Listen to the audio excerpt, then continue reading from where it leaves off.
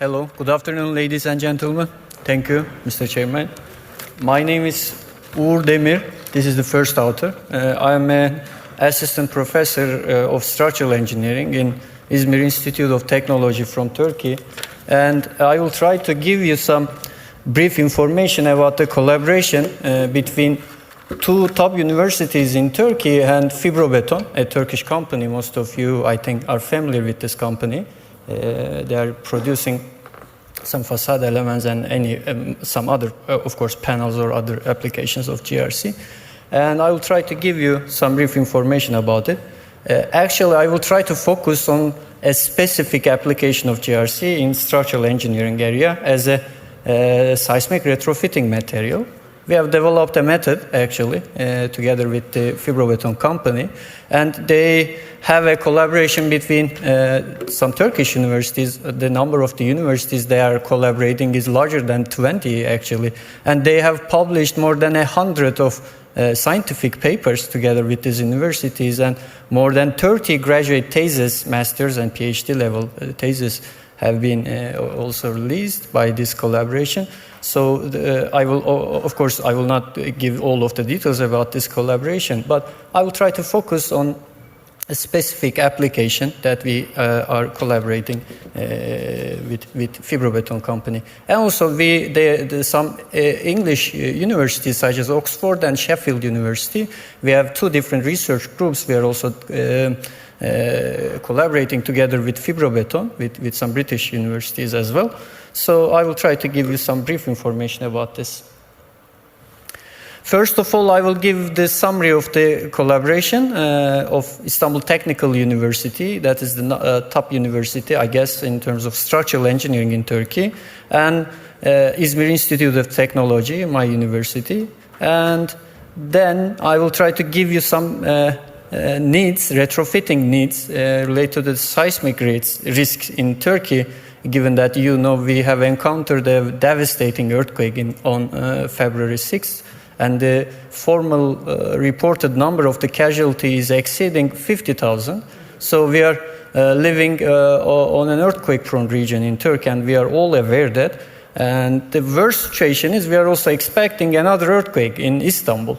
It is a densely populated city with more than 20 million of people living together in a very tight area. So we are expecting a little bit more devastating consequences with respect to we have encountered in southeastern of the Turkey. So this is very important. I would like to mention it clearly.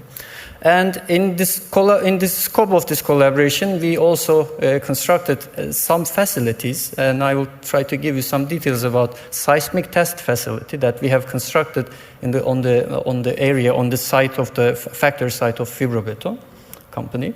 And we have some preliminary findings of the proposed retrofitting method. Actually, most of them under review of some journals, so mostly they are unpublished works, but I will try to give you some preliminary findings, results that we have estimated. Actually, our collaboration together with Fibrobeton company is spanning for more than a decade.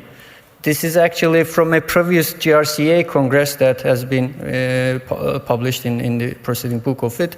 So we have monitored of a GRC panel for around a year under ambient environmental conditions, which is corresponding to -10 plus 40 Celsius degrees. So we have made some measurements on these full-scale panels in Istanbul Technical University campus.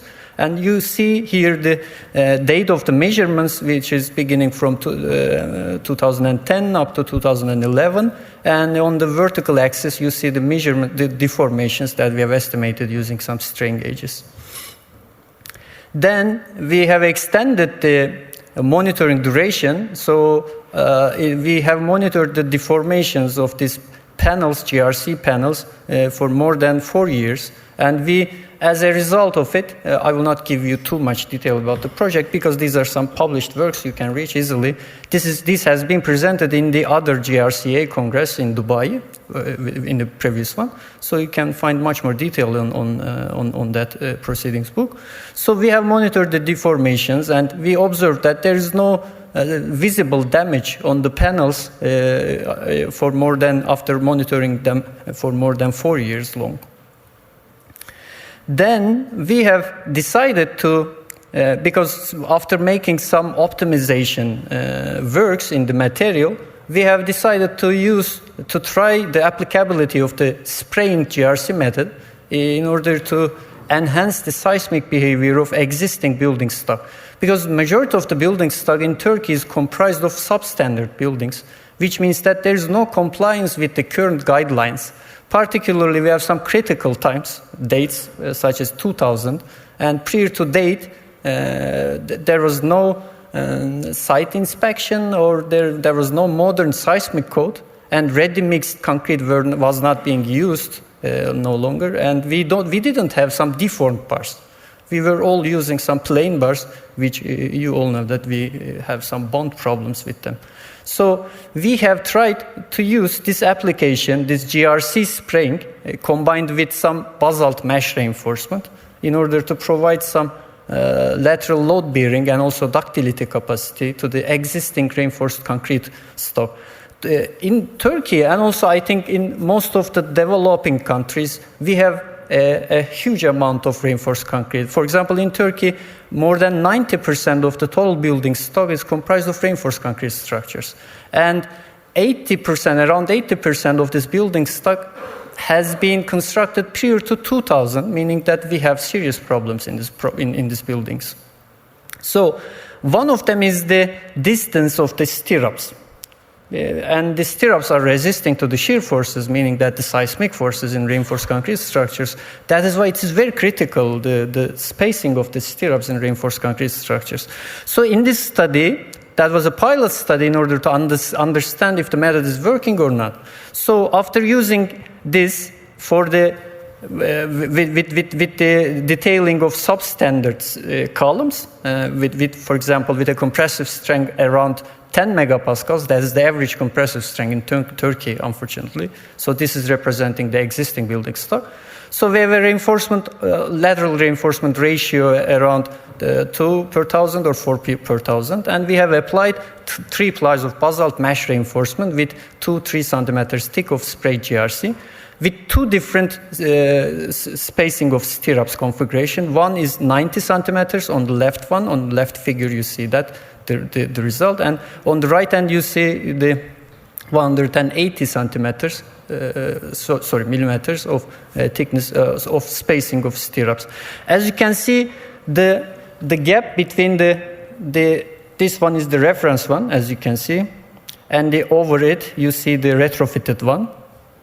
And here, this is the reference specimen, which means that is unconfined, unjacketed. And this is the case that we have jacketed the specimen using 3 plies of basalt mesh and the sprayed GRC. As you can see, this gap, this difference, this vertical difference is corresponding to the contribution of the retrofitting method in terms of lateral load-bearing capacity. And this horizontal difference is referring to the ductility enhancement that we have gained using these sprayed GFRC forms. So after conducting this study, this pilot study, we decided to enhance our knowledge in terms of this methodology. So first, we needed to model the behavior of the confined concrete, jacketed concrete. So there was a certain need to make some confined concrete tests. As you can see here, we have tested some under uniaxial compression tests we have conducted on square, rectangular, and circular cross-sections. These are again representing some low-strength concrete, which is a general property of the existing building stock in Turkey. So on the left-hand side, you see in this figure, this is the results of the circular specimens. And here, this one is the reference one with a compressive strength around 9 megapascals or something. And as you can see, the ultimate strain is corresponding to 5 per thousand or something. And this is plain GRC spraying. And over it, you see the GRC combined with one layer of basalt mesh, and the upper one is the GRC with 3 layers of basalt mesh for the circular cross-section. And at the middle, you see the results for the square cross-section with the same manner. And on the right hand, you see the rectangular ones with a cross-sectional aspect ratio of 1.5. So as you can see, of course, as expected, due to the confining pressure provided by the GRC spring, provided by the jacket, so we have a significant enhancement in terms of axial behavior. So it is very critical for us.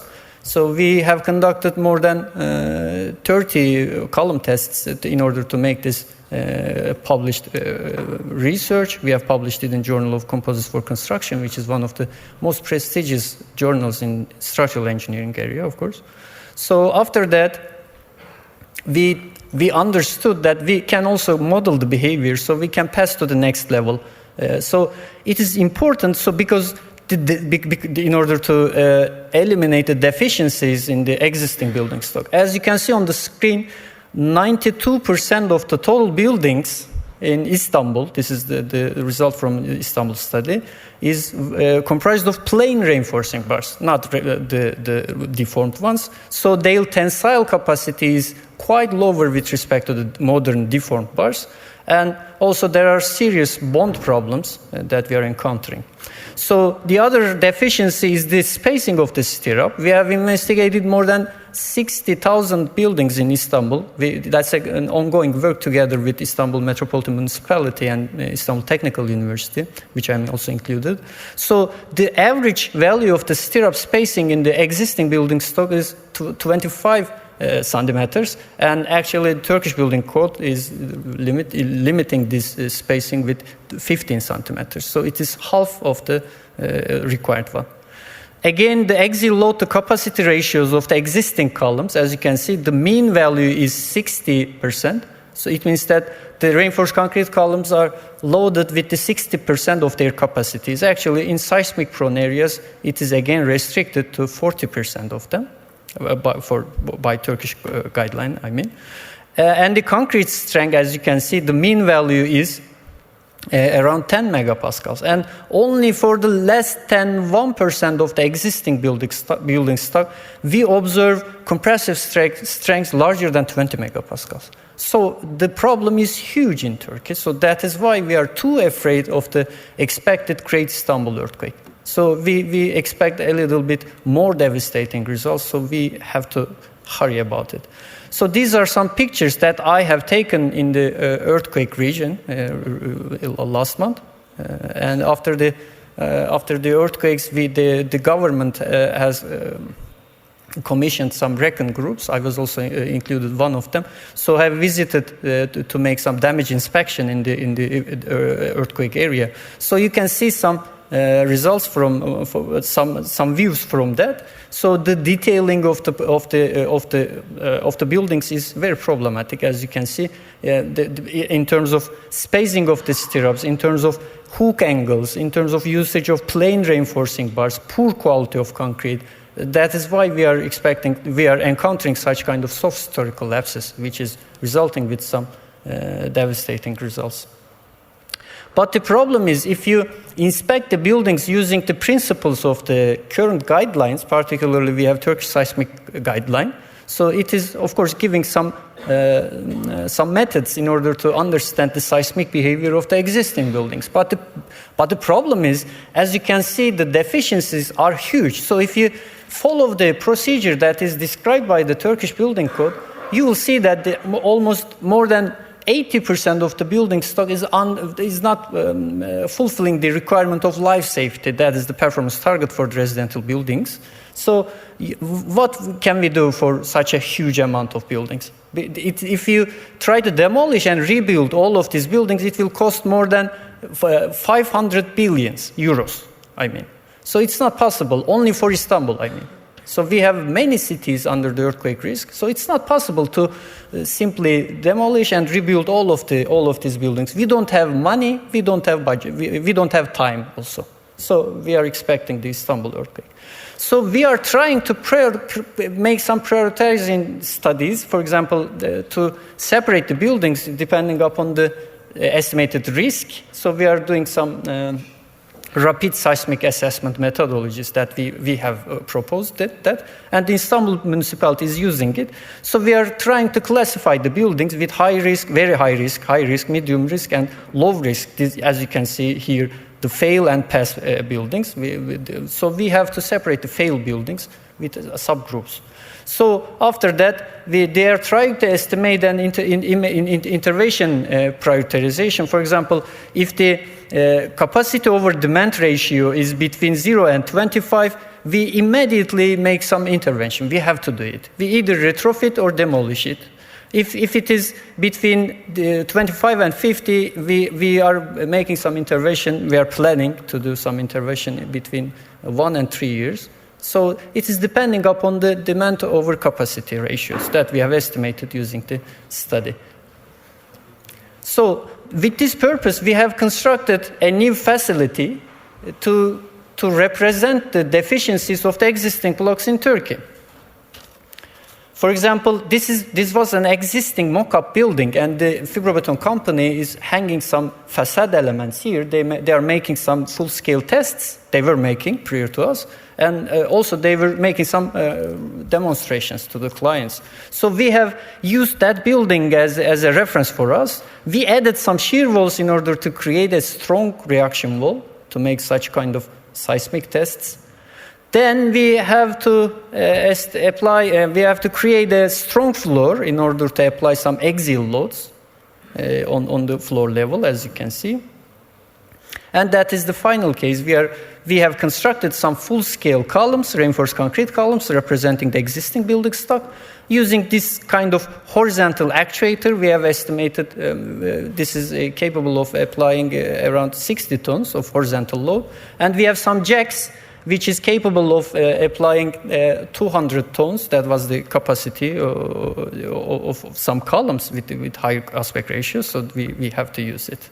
So after that, we have conducted some research with many parameters included representing the existing building stock. As you can see, first we have rounded the corners in order to enhance the lateral pressure and the uniformity of it. Then using some sprayed guns, we have sprayed the GRC material over the columns. These are some substandard columns. For example, for this study, the parameter was the cross-sectional aspect ratio. So if you increase the cross-sectional aspect ratio, we have very limited options to retrofit the existing building columns. For example, we can use some fiber-reinforced polymer composites in terms of sheets. We can apply it, but you cannot do it if the cross-sectional aspect ratio is exceeding 2. In Turkey, it's forbidden. So if you have problem related to ductility, we don't have any too much option. The jacketing of concrete jacketing, reinforced concrete jacketing or steel jacketing are not quite reliable solutions in Turkey. There are some limitations. We don't have so much time on the discussion of these things, but in order to enhance the stiffness as well as the ductility and the lateral load-bearing capacity, we need such kind of a jacketing method. And we have checked it, and as you can see on the screen, for aspect ratio 2 and aspect ratio 4, aspect ratio 2 means that the dimensions are 20 centimeters by 4 centimeters, and here for 4, that is 20 centimeters by 80 centimeters. So as you can see, in terms of ductility, we have enhanced a significant behavior in terms of seismic behavior. So another problem is the behavior under high shear demands and under high axial load ratios, which are are among other deficiencies in Turkey. As you can see, the continuous line is representing the reference one, and the other two options are the GRC with volumetric ratio of 5% and 3.5% with a combination of basalt mesh reinforcement. So as you can see, in both things, we are increasing the stiffness and the lateral load-bearing capacity and the ductility, which can be simply defined as the ability of deformation without a considerable loss in the lateral load-bearing capacity. That is the ductility, which is the main concept in Turkish building earthquake code in structural design. So there is also another ongoing work. Hopefully we will do it in 2 months. It will be completed. We have made a good enhancement in the project. So in this case, we have a setup, as you can see on the right hand. So we are applying 80% of the capacity as an axial load. So then we are waiting for some period of time. For example, for 6 months, 12 months, 18 months, and 2 years, which is considering the existing buildings, because the existing buildings under the service laws, they are under some axial loads during their service lives. So in order to represent the impact of the sustained load during the service of the building, we are conducting such a test, and after we have completed the 24 months, so in 2 months, I think, we will conduct the rest of the study, and we will terminate all of the ongoing works. And as a conclusion, as a consequence of the industry and university collaboration, which was initiated from long-term monitoring of the panels, and it has finally resulted in development of an innovative retrofitting method using sprayed GRC with various forms, various contribution of other materials, with some hybrid forms particularly, of course. So I have tried to give you some basic principles of the collaboration. Actually, as I mentioned, it is a comprehensive work, and it will be published soon. I think up to the end of this year, we will publish all of the papers. Considering the promptness and the ease of implementation, sprayed GRC may be a feasible alternative to the conventional retrofitting methods. And also, as I mentioned, in some circumstances, we don't have so much options while retrofitting our building stock in Turkey. And the efficiency of the method in terms of improving the lateral strength, ductility, and the stiffness was clearly proven in the study under extreme conditions even. We see that it's working. After completion of the ongoing works, all compiled data in the scope of the collaboration will also, we hope, that enable development of design methods and provisions of the method. So we are working on that issue. I hope that Turkey will be the first country which is releasing a code, a formal code of the government, which is including the seismic usage of sprayed GRC in seismic applications. We will try to form a code. A large amount of professors is working on that issue. In Turkish Building Earthquake Code, we have some chapter on the usage of fiber-reinforced polymers in seismic applications. So after modeling all of these works and after publishing at the end of this year, hopefully next year we will publish a guideline, seismic guideline in Turkey. Thank you very much for listening to me.